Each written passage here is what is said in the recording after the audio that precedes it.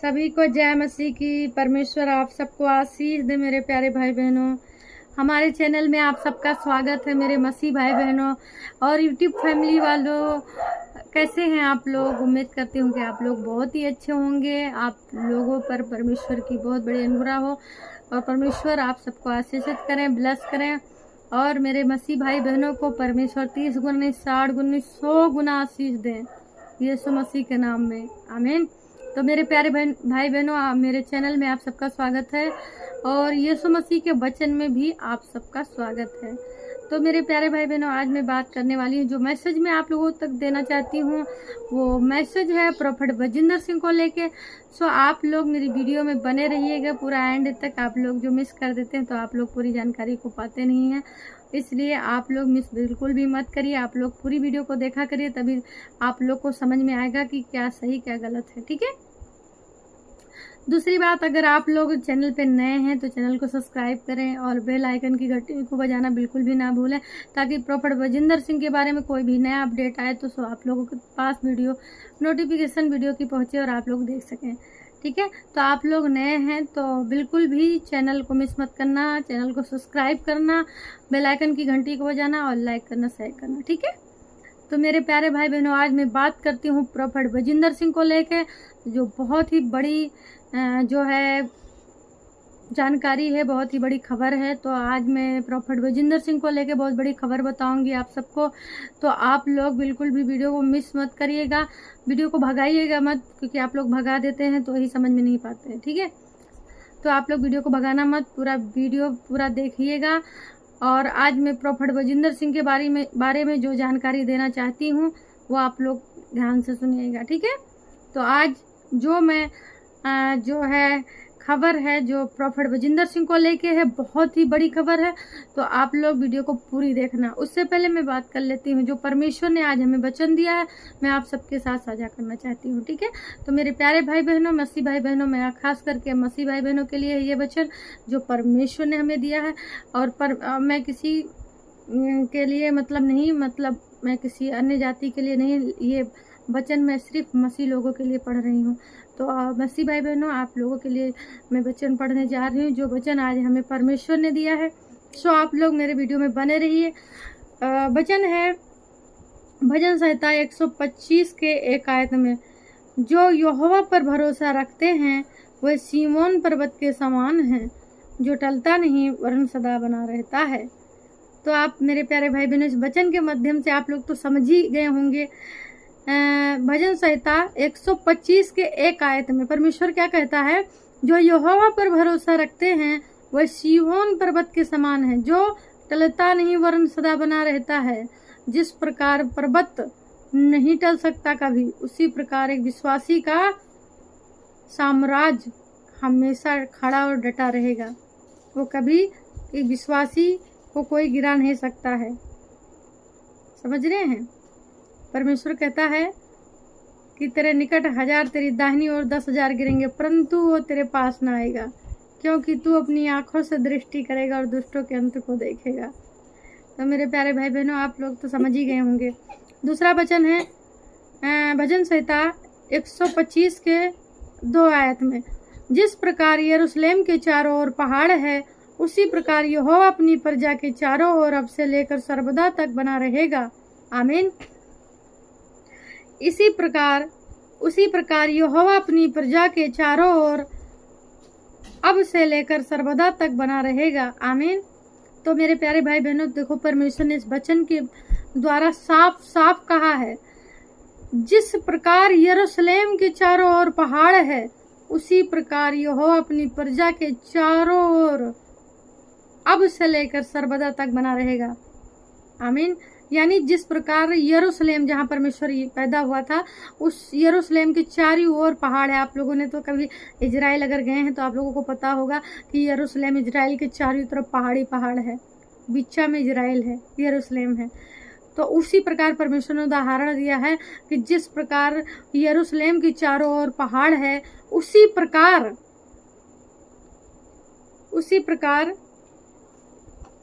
यहोवा अपनी प्रजा के चारों ओर अब से लेकर सर्वदा तक बना रहेगा, आमीन। क्योंकि दुष्टों का राजदंड धर्मियों के भाग पर बना ना रहेगा। ऐसा ना हो कि धर्मी अपने हाथ कुटिल काम की ओर बढ़ाएं। हे यहोवा भलों का और सीधे मन वालों का भला कर, परंतु जो मुड़कर टेढ़े मार्गों पर चलते हैं उनको यहोवा अनर्थकारियों के संग निकाल देगा। इजराइल को शांति मिले। हालेलुया।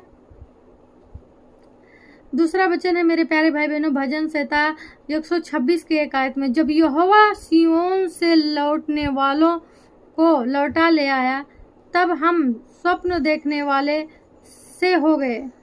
तब हम आनंद से हंसने और जय जयकार करने लगे। तब जाति जाति के बीच में कहा जाता था, यहोवा ने इनके साथ बड़े बड़े काम किए हैं। हालेलुया। दूसरा वचन है भजन संहिता 126 के 6 आयत में, चाहे बोने वाला बीज लेकर रोता हुआ चला जाए, परंतु वह फिर पुलियां लिए जय जयकार करता हुआ निश्चय लौट आएगा। हालेलुया।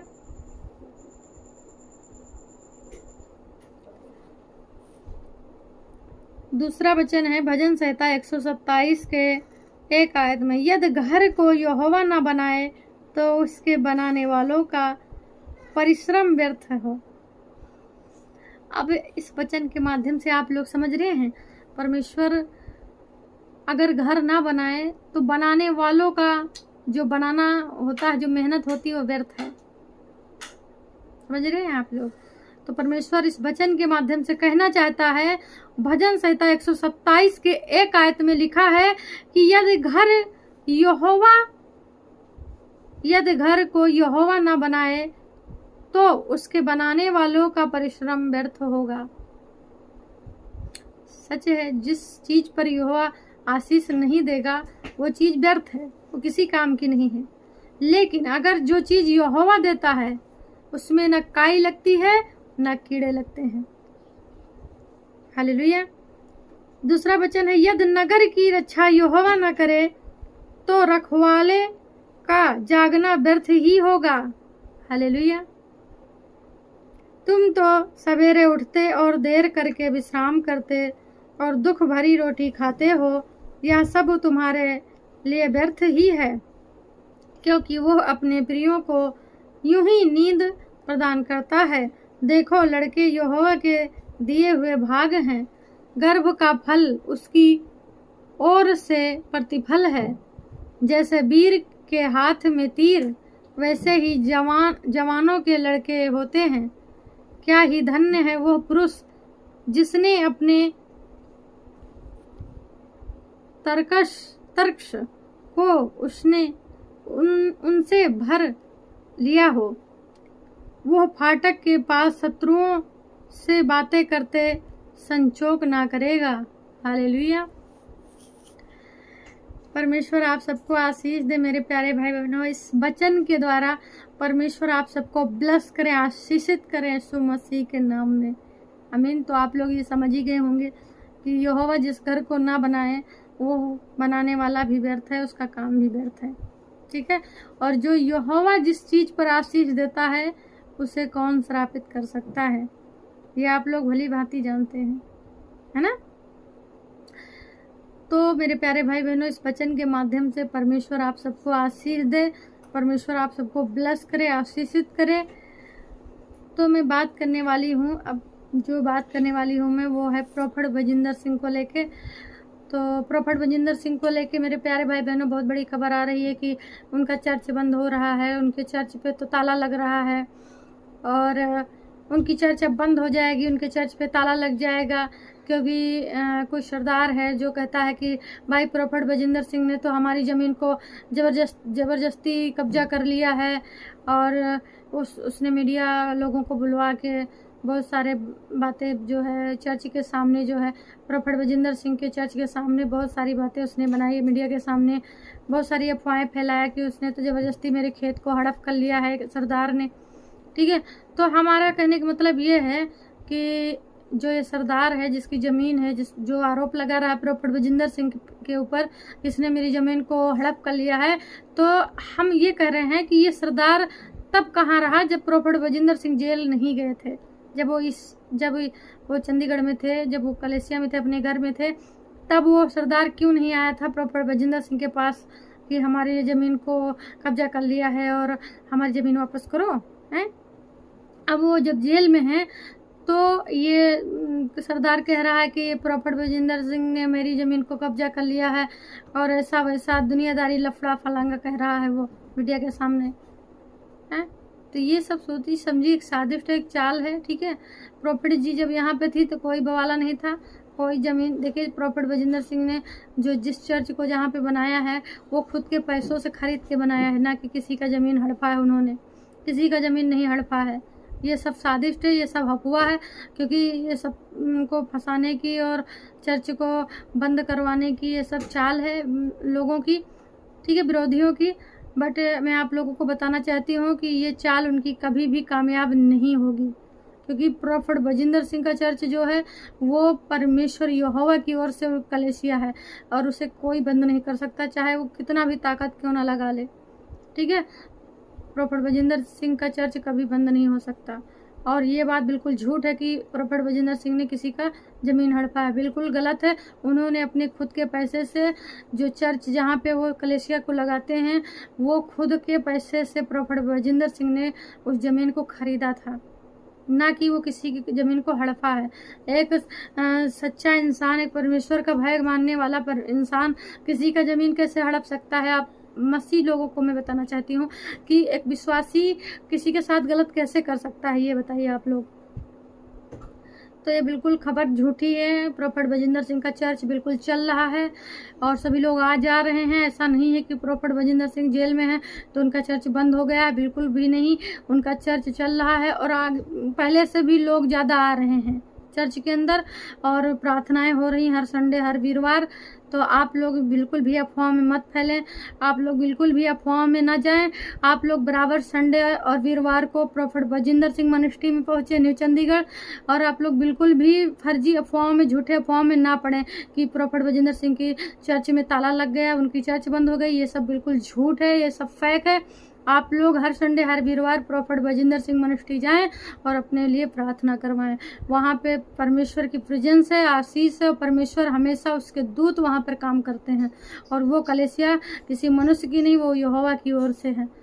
समझ रहे हैं? तो मेरे प्यारे भाई बहनों, ये खबर बिल्कुल फेक है। आप लोग विश्वास में बने रहिए और प्रॉफिट बजिंदर सिंह के लिए और उनकी फैमिली के लिए दुआ करिए, क्योंकि प्रॉफिट बजिंदर सिंह कुछ ही हफ्तों में हम सबके बीच में होंगे। बस विश्वास करने की ज़रूरत है हमें सबको। आप लोग ज़्यादा से ज़्यादा फास्टिंग प्रेयर रखें उनके लिए और दुआ करें, प्रेयर करें आप लोग। जिससे आप लोग अपनी फैमिली के लिए सुबह शाम प्रेयर करते हैं तो प्रॉफिट बजिंदर सिंह को, उनके परिवार को उस प्रेयर में ज़रूर रखें, ठीक है।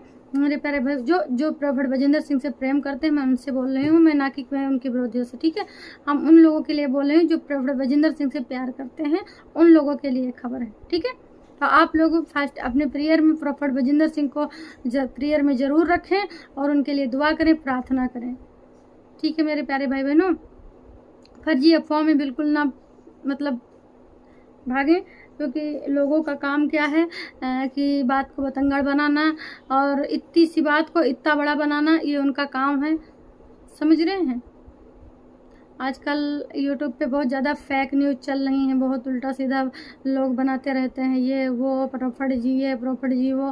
तो बिल्कुल ये सब अफवाह में बिल्कुल भी ना पड़ें आप लोग, क्योंकि आजकल लोग बहुत ज़्यादा फर्जी अफवाहें फैलाते रहते हैं। प्रॉफिट बजिंदर सिंह जेल में सुरक्षित हैं और उनको कुछ भी नहीं हुआ है, ना उनकी चर्च में ताला लगा है, उनकी चर्च बिल्कुल खुली है और हर संडे वीरवार लोग आते हैं दूर दूर से और परमेश्वर की महिमा को देखते हैं, अपनी चंगाई को अपने साथ ले जाते हैं। आप लोग भी आइए। आप लोग ये मत सोचिए कि हाँ प्रॉफिट बजिंदर सिंह जेल में है तो हम क्यों जाएं, नहीं, परमेश्वर है वहाँ पर। और आप लोग अगर दिल से सोचेंगे तो प्रॉफिट बजिंदर सिंह भी उसी वेदी पे हैं जिस पे वो कभी प्रेयर किया करते थे, ठीक है।